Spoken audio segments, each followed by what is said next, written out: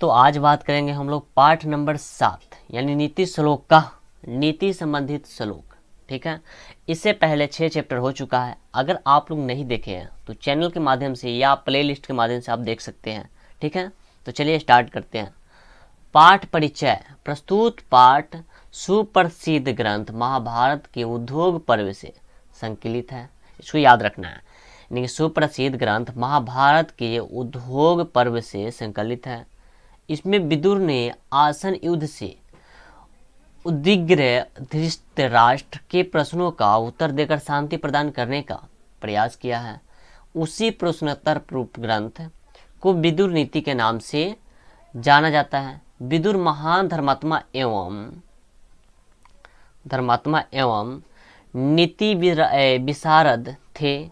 उन्होंने अपने नीति ग्रंथ में जीवनोपयोगी विचार प्रस्तुत कर यह संदेश देना चाहा है कि व्यक्ति को परिस्थितियों को ध्यान में रखकर काम करना चाहिए।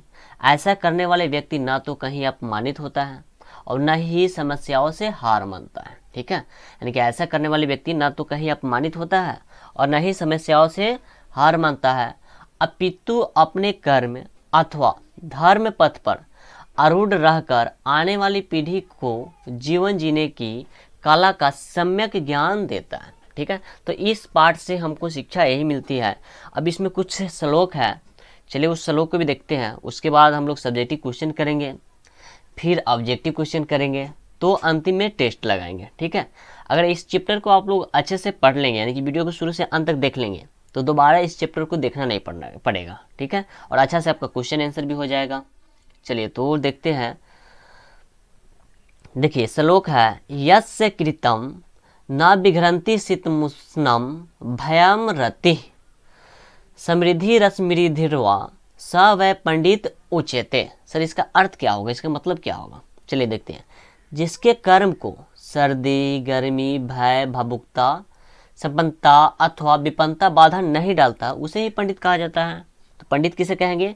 तो जिसके कर्म को सर्दी गर्मी भय भावुकता संपन्नता अथवा विपन्नता बाधा कभी नहीं डाल सकता, वो इसी को हम लोग पंडित कहेंगे। ठीक है, यानी कि पंडित उसी को कहा जाता है। चलिए आगे है श्लोक, तत्वज्ञ सर्वभूतानां योग्यज्ञ सर्वकर्मणां उपयोग्य मनुष्याणां नरः पंडित उच्यते। यानी कि एक लाइन में इसको पढ़ा जाता है, एक लाइन में इसको और एक लाइन में ऐसे, लेकिन हम लोग तोड़ तोड़ के पढ़ेंगे। ठीक है, चलिए अब क्या करेंगे, इसका मतलब समझेंगे।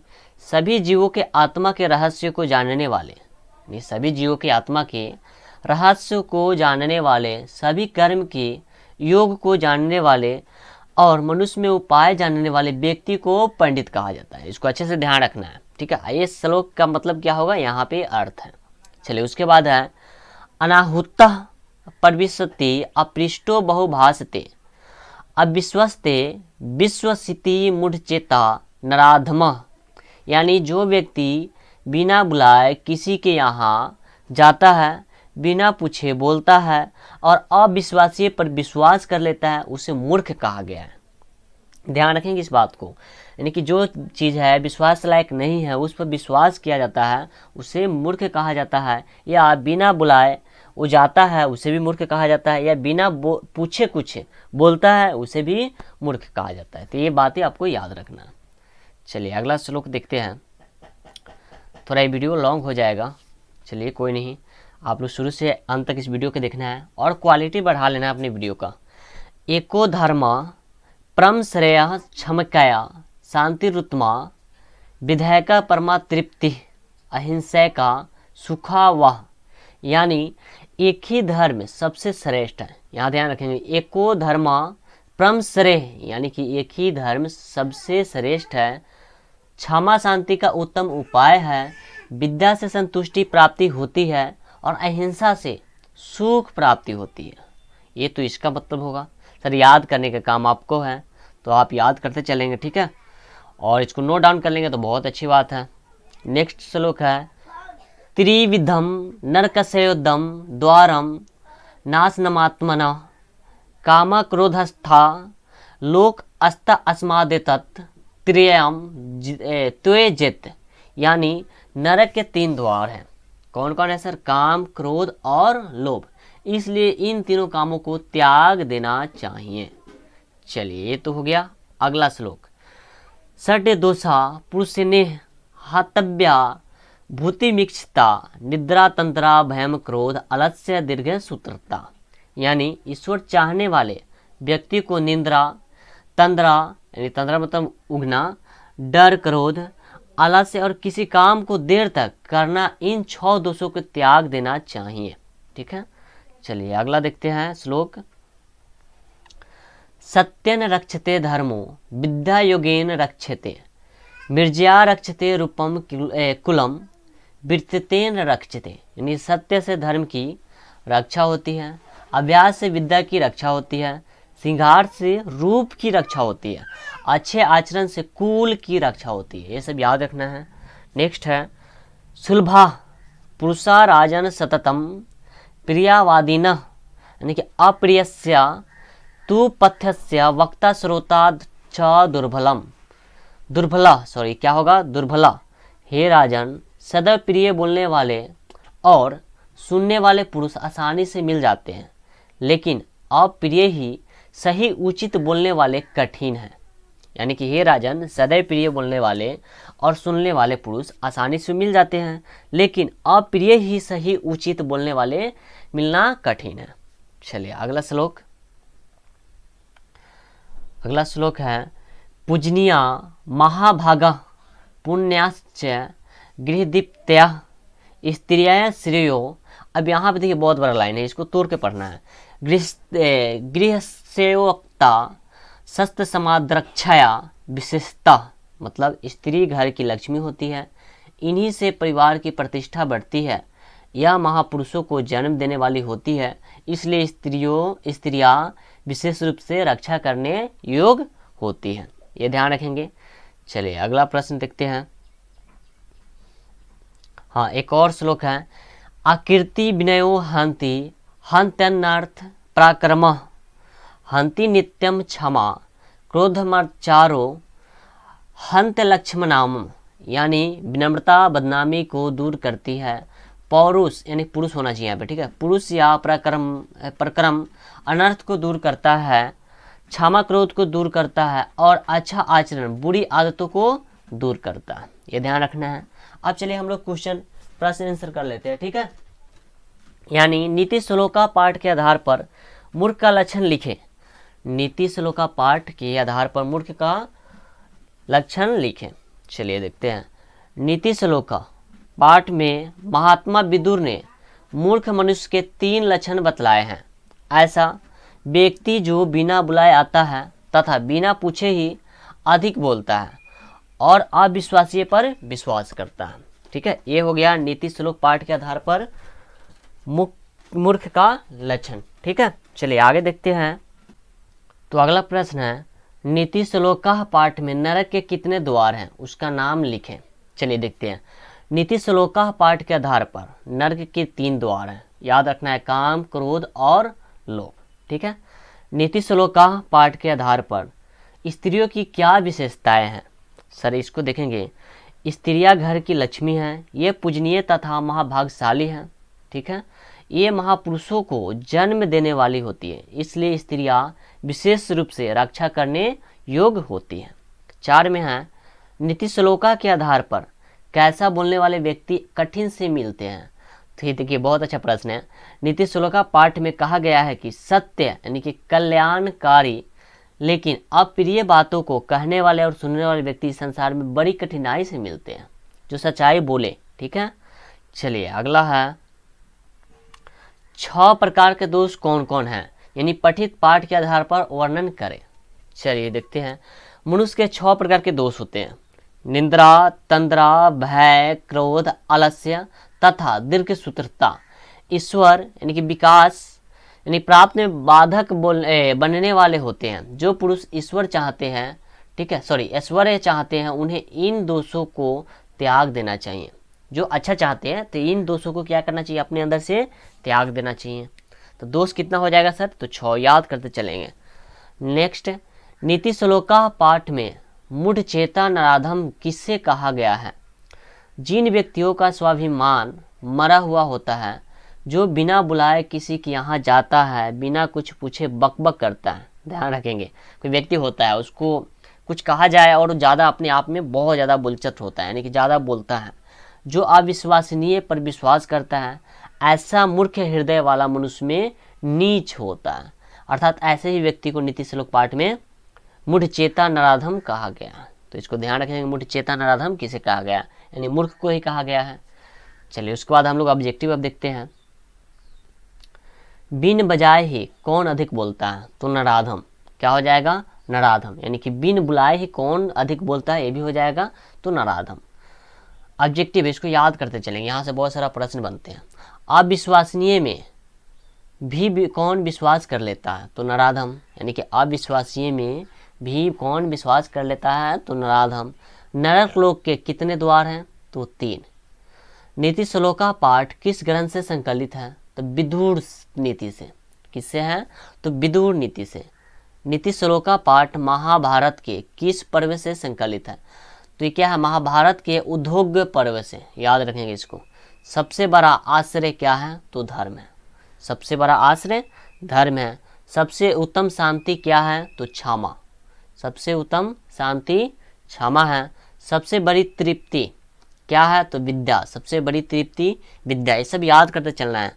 सबसे बड़ी सुख देने वाली क्या है, तो अहिंसा। अहिंसा, हिंसा नहीं, हिंसा कभी सुख नहीं देता है सर, ठीक है। अहिंसा याद रखेंगे ये वाला।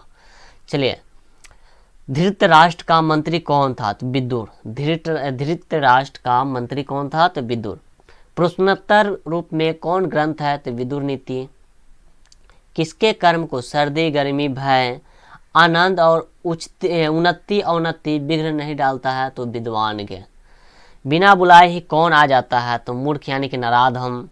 काम क्रोध तथा लोभ किसका द्वार है, तो नरक का द्वार है। ये तीनों क्या है, तो नरक का द्वार है। चलिए आगे। ऐश्वर्य इच्छुक पुरुष के अंदर कितने अवगुण रहते हैं, तो 6। धर्म किससे रक्षित होता है, तो सत्य से। विद्या किससे रक्षित होती है, तो योग्य से। अच्छा, मिर्जा से क्या रक्षित होता है, तो रूप। मिर्जा से रूप। कौन विशेष रूप से रक्षा करने योग्य होती है, स्त्रियाँ। अपयश को कौन नष्ट करता है, तो विनय। पराक्रम किसको मार देता है, तो अनर्थ को। क्या हमेशा क्रोध को मारती है, क्षमा।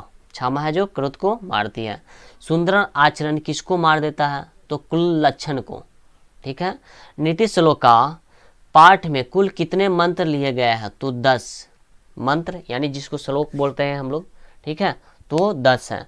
सभी जीवों के तत्वों को जानने वाले, सभी कर्म के योग को जानने वाले, मनुष्य में उपाय जानने वाले क्या कहे गए हैं, तो उन्हें पंडित कहे गए हैं। अब पंडित को ही विद्वान कहा जाता है।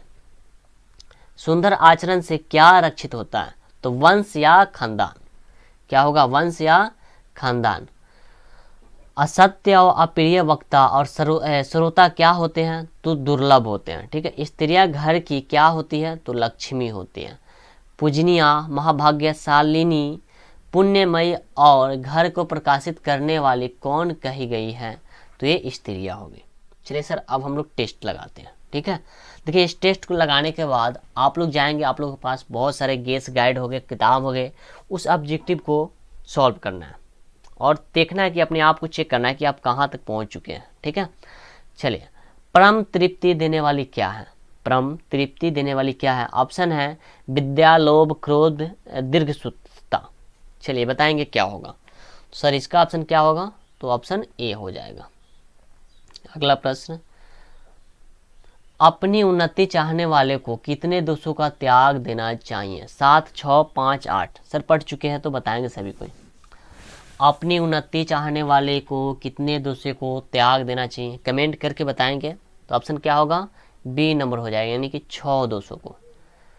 नीति श्लोका पाठ किस ग्रंथ से संकलित है, नीति श्लोका पाठ किस ग्रंथ से संकलित है। चलिए ऑप्शन दिख रहा है, बताएंगे। चलिए बहुत अच्छा, जिनका भी ये आ रहा है सही है, विदुर नीति। ऑप्शन नंबर ए हो जाएगा। विदुर नीति किस ग्रंथ का अंश विशेष है, रामायण का, महाभारत का, उपनिषद का, वेद का। क्या होगा, तो महाभारत का। ऑप्शन नंबर बी हो जाएगा, ठीक है। अगला प्रश्न है, धर्म की रक्षा किससे होती है? तो ये भी तो बता सकते हैं सर, ऑप्शन था, इससे पहले तो पढ़ चुके, बताएंगे क्या है ऑप्शन है यहाँ पे, सत्य से, विद्या से, वृक्ष से, या इनमें से कोई नहीं। क्या होगा ऑप्शन? तो ऑप्शन नंबर ये हो जाएगा। ठीक है, अगला प्रश्न है, नर्क के द्वार कितने प्रकार के हैं जिनसे व्यक्ति का नाश होता है? 4 प्रकार के, 5 प्रकार के, 3 प्रकार के, या 7 प्रकार के? नर्क के द्वार कितने प्रकार के जिनसे व्यक्ति का नाश होता है? तो ऑप्शन क्या हो जाएगा इसका? सी हो जाएगा। ठीक है, यानी कि 3 प्रकार का। चलिए, विनयों को कौन मारता है? विनयों को कौन मारता है? ऑप्शन देखेंगे, बताएंगे। तो आकृति हो जाएगा, ऑप्शन नंबर सी हो जाएगा इसका। अगला प्रश्न, कैसे पुरुष सभी जगह सुलभ होते हैं? सत्यवादी, कट्टुवादी, प्रियवादी, या यथार्थवादी? क्या होगा ऑप्शन?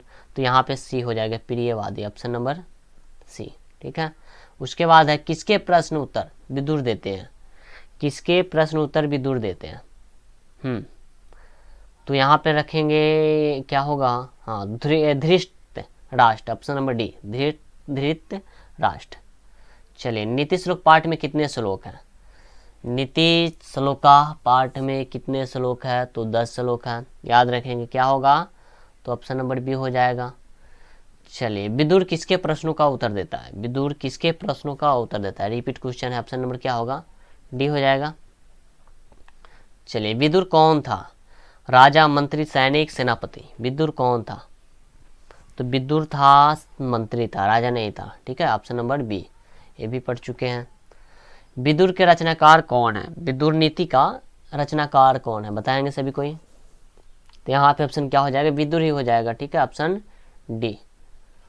चलिए, अगला प्रश्न, विदुर नीति किस ग्रंथ का अंश विशेष है? रामायण का, महाभारत का, उपनिषद का, वेद का? तो यहाँ पे ध्यान रखेंगे, महाभारत, ऑप्शन नंबर बी। चलिए, अगला प्रश्न, विनय को कौन मारता है? विनय को कौन मारता है? ये भी रिपीट क्वेश्चन है। ठीक है, क्या हो जाएगा इसका? सी हो जाएगा। चलिए, आज का आपका पाठ समाप्त होता है, फिर देखेंगे हम लोग कल के वीडियो में न्यू चैप्टर के साथ। ठीक है।